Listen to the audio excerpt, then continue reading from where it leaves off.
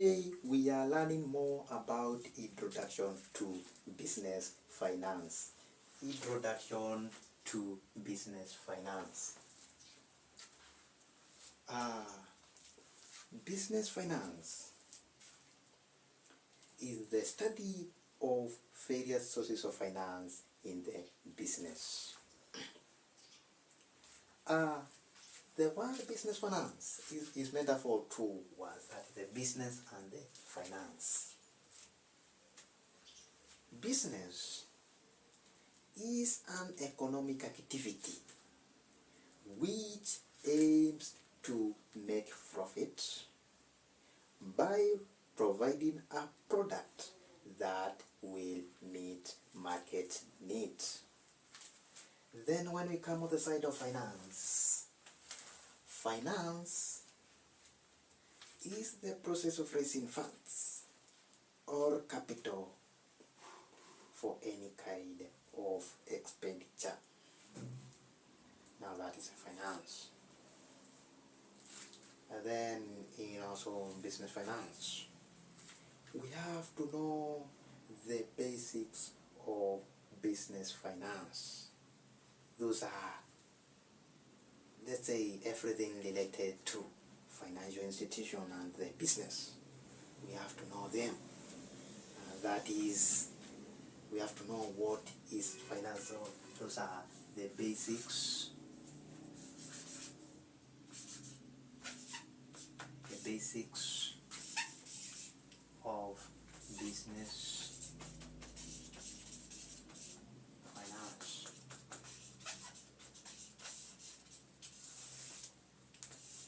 Basics of business finance. Basics of business finance. We have to know, first of all, we have to know what is finance. We have to know what is finance. Number two, we also have to know the role of finance in business activities. The role of finance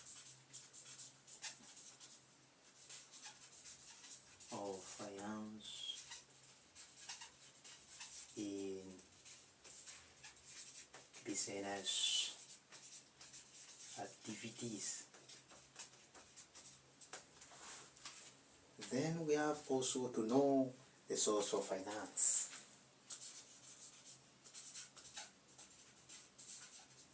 Source of finance. Then we have also to know about investments.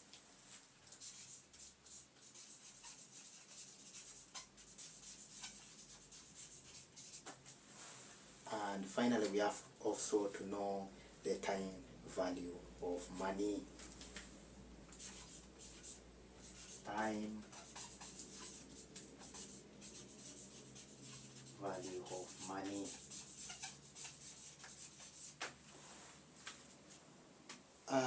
Through that, we have seen, we have first to know what is finance. And as we have said, finance is the process of raising funds or capital for any kind of expenditure.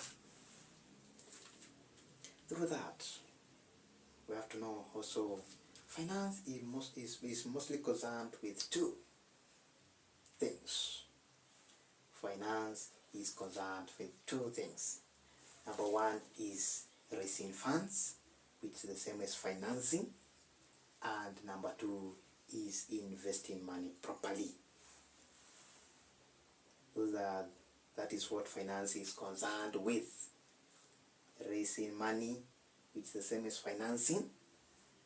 Number two is investing money properly. When we say, I want to define the word financing, and the word financing is the act of providing funds for business activities, making purchases or investing. For instance, financial institutions and banks are in the business of financing as they provide capital to businesses, consumers, and investors to help them achieve their goals. That's the thing. And also, that we also have to know how to obtain financing, how to find financing, how to obtain financing, how to obtain financing. Yeah, you have to know how to obtain financing. And we obtain financing through number one, debt financing, and number two is equity financing. And the debt financing, this is the act of borrowing funds. Yeah? And the equity financing is the act of receiving investments from owners. That is by issuing stock or retaining earning. For instance, you want to know how to retain earning. For example, how to retain earning. If a company is making profits, do not spend them on paying to stockholders or paying other things. You can simply keep them in the company project because the business is self-financed and getting bigger and growing. That is the thing. So that is how to retain the earning, retain money or earning. Then from there we go to the sources of finance. Sources of finance. Go to the sources of finance. We have two sources of finance. We have two major sources of finance. Number one, we have the internal and the external. Internal, this is how money is raised from the business or assets, or from profits left in the business. Alright? And the external one, money is raised from sources outside the business. Yeah? And we have like bank overdraft, we have the trade credits, we have the bank loans, we have the debentures, and also we have sales of shares. And those are the sources of finance, which is internal and external. Then from there, we come to investments. And in investment, this is the main thing for everybody. In investment, we will come and see the investment decisions. For one to invest, you have to know the investment decisions. And that is the number one is capital budgeting. And number two is the capital budget. And the capital budgeting is a comparison of the cost and the benefits of a proposed project to determine whether it is feasible. That is the capital budgeting. Now when we come to the capital budget and the investment decision, we'll come and see that A capital budget is a targeted amount of funds to be used for purchasing assets such as building, machinery, and equipment that are needed for a long-term project.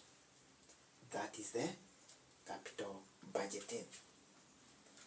And in also still on investment, we have to know there is something we shall call the payback period. Payback period in investment. You have to know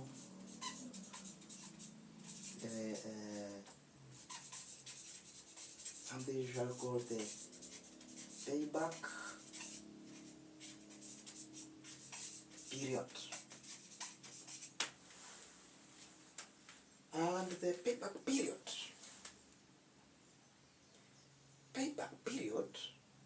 is the length of time it takes a project cash flow to recover its initial investment. The length of time it takes a project cash flow to recover its initial investment. That is the payback period.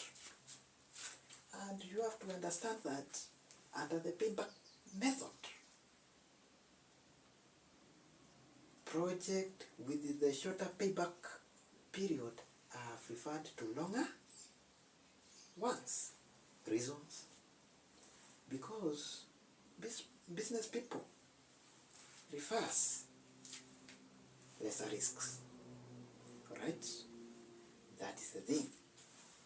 So I think for us to understand better more about the payback period, we have to check just one of the examples, of which is more about calculations, yeah.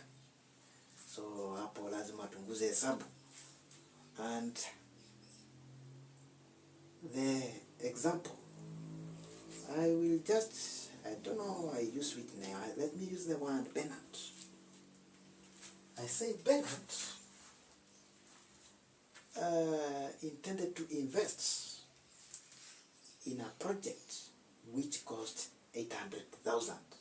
Bernard intends to invest in a project which cost 800,000.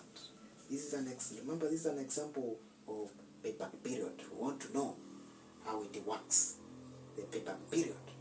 So Bernard intends to invest in a project which cost 800,000. So 800,000 is the initial cost. 800,000 is the initial cost. So initial costs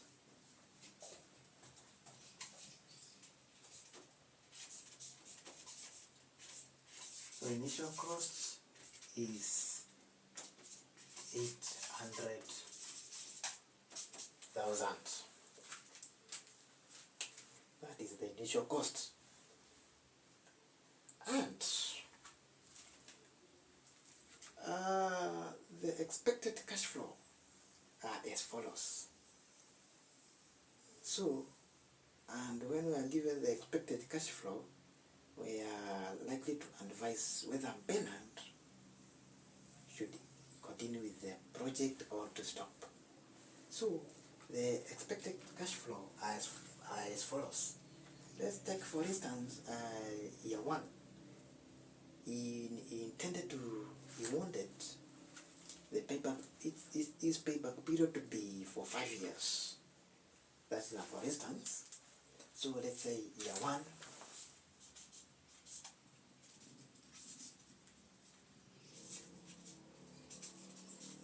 Year one is like 250,000. 250,000. Year two, let's say 270,000.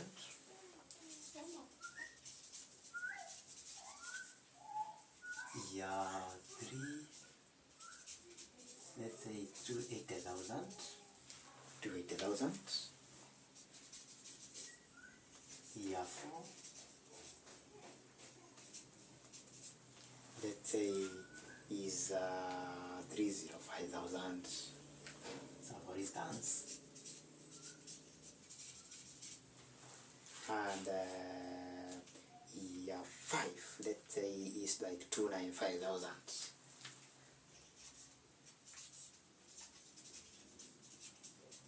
295,000. Yeah. When you check on that, so Bernard in demand to the payback period to be on 5 years.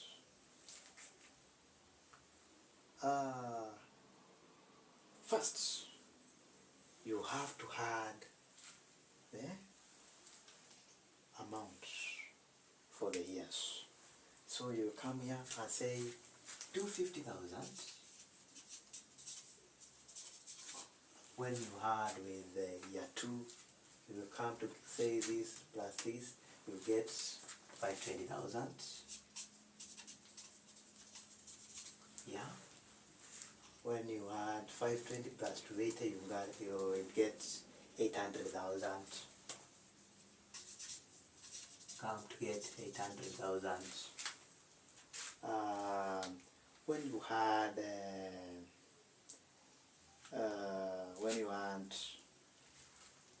to this one, you come to get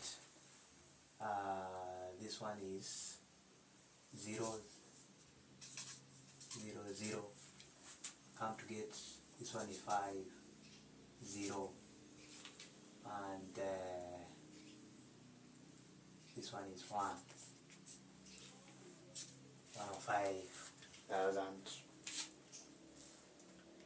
Then when you hand to this one, you come to get this one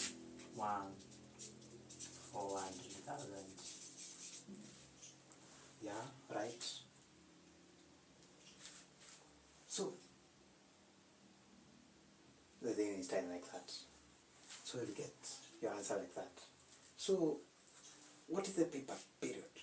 So when you take this one, you come and see the payback period for Bernard under this, you will get this amount he will recover under a period of 3 years. So the initial investment is there, which is 3 years. So the payback period of Bernard is 3 years.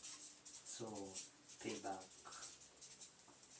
period of Bernard is 3 years. Let's take for instance it was year 1. Year 1 was 250,000. Year 1 was 250,000. Year 2 to 70,000.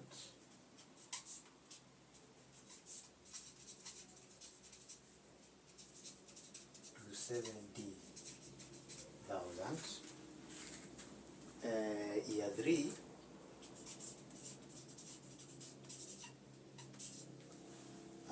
let's say it was 460,000. Yeah. And year 4 it was 305,000, and year 5 it was about 295,000. If it was like that, when you calculate year 1 and year 2, and this one, you will come to get like 980,000, which has passed our target, and that is better. So when you come in that situation, you will come and take, you will come and say the initial investment minus the sum of the 2 years, which is the initial investment minus the sum of the 2 years, which is 800,000,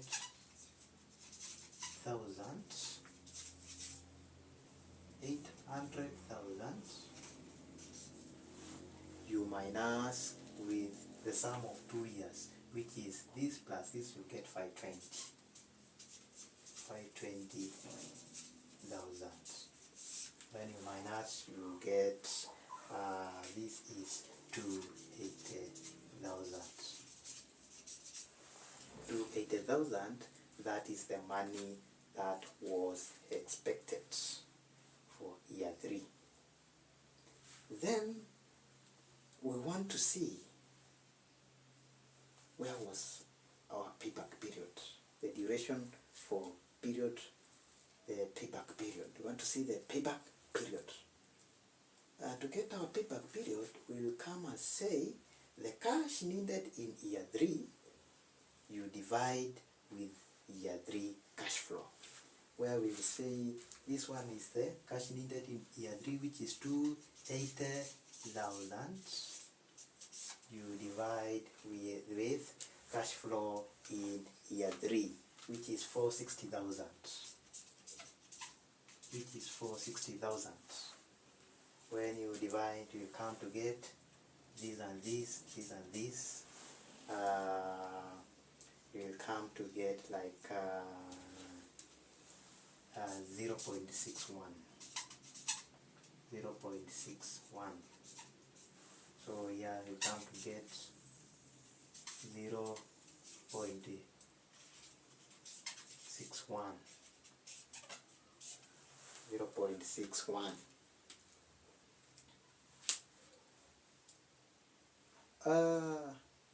When you get 0.61, there was a duration of year 1 and year 2 plus what you got in this one, 0.61. So that those are 2 years plus 2 years plus 0.61, where you get 2.61 years. And you may say you want to calculate it into months, where you will say 2.61 times 12, you will come to get 31 months. That 1.32, which is the same as 31. So in 31 we have 2 years, which is the same as we have 2 years, which is 31 minus 24. You say 31 minus 24. You come, those are 2 years inside. You say this one is 7. So you come to say 2 years and 7 months. So the payback period is 2 years and 7 months. So that was the payback period. When year 3 we used the amount of 460,000. So if we were taught to advise Bernard, Bernard should continue with the project. Reason, because he has covered the amount, the cash flow within a period of 3 years. You see, so Bernard has to continue with investment. So for anybody who want to invest, kindly try to use the payback method, and it will work for you. Yeah, and it will help you. So kindly, that was my lesson, and I hope everybody will benefit. Kindly, as for the next lesson, I'll come and start from the time value of money, and kindly Don't forget to subscribe. Let's grow together. God bless you. Asanteni sana.